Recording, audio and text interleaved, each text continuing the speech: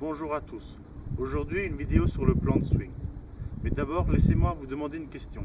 Parce qu'instinctivement, je pense que tout le monde est capable de savoir s'ils sont sur un bon plan ou pas. Donc laissez-moi vous demander, si on fait un backswing, est-ce que vous auriez envie que le club de golf soit ici, ici ou dans cette position-ci? À mon avis, vous avez tous répondu cette dernière solution. Lorsqu'on fait un swing de golf, on ne fait pas le swing sur un plan purement vertical, comme si on faisait le swing sur un mur. Cela serait la façon la plus lente de faire bouger le club. De la même façon, on ne fait pas un swing de golf sur un plan purement horizontal. Ceci ferait que le contact soit très dur à réaliser. Donc pour savoir si on est sur le plan, une définition que j'utilise le plus souvent, c'est que la partie la plus basse du club pointe vers la base du plan. Donc ici on a le plan représenté par ce morceau de bois et le tapis vert. La base du plan est ici. Si on pense à ceci, on pourrait dire que c'est le toit d'une maison. Ici on a la gouttière de la maison. Donc on est sur le plan.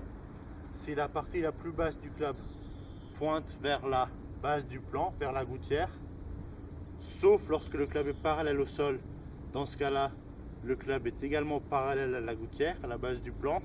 Si je continue le swing, la partie la plus basse du club devient le grip, et c'est le grip qui pointe vers la base du plan. Être sur le plan est surtout important lors de la descente. Il est vrai que certains joueurs emmènent le club vers l'extérieur, je pense par exemple à Jim Furyk, Ryan Moore, d'autres vers l'intérieur, par exemple Raymond Floyd. Mais tous les bons joueurs, quelque part lors de leur downswing, vont ramener le club sur le plan, tel qu'ils ont le club parallèle à la base du plan lorsque le club est parallèle au sol. Pour un joueur de club, nous voulons faciliter les choses le plus possible. Donc on veut se retrouver dans une position avec le club relativement sur le plan en haut du backswing. Cela facilitera bien des choses pour ensuite pouvoir ramener le club dans la direction intérieure-extérieure pour faciliter un draw, et cela nous permettra aussi d'engendrer plus de vitesse lors du swing.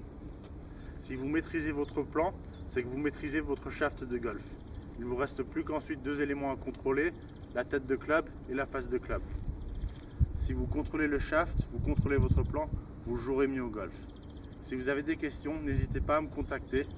Merci.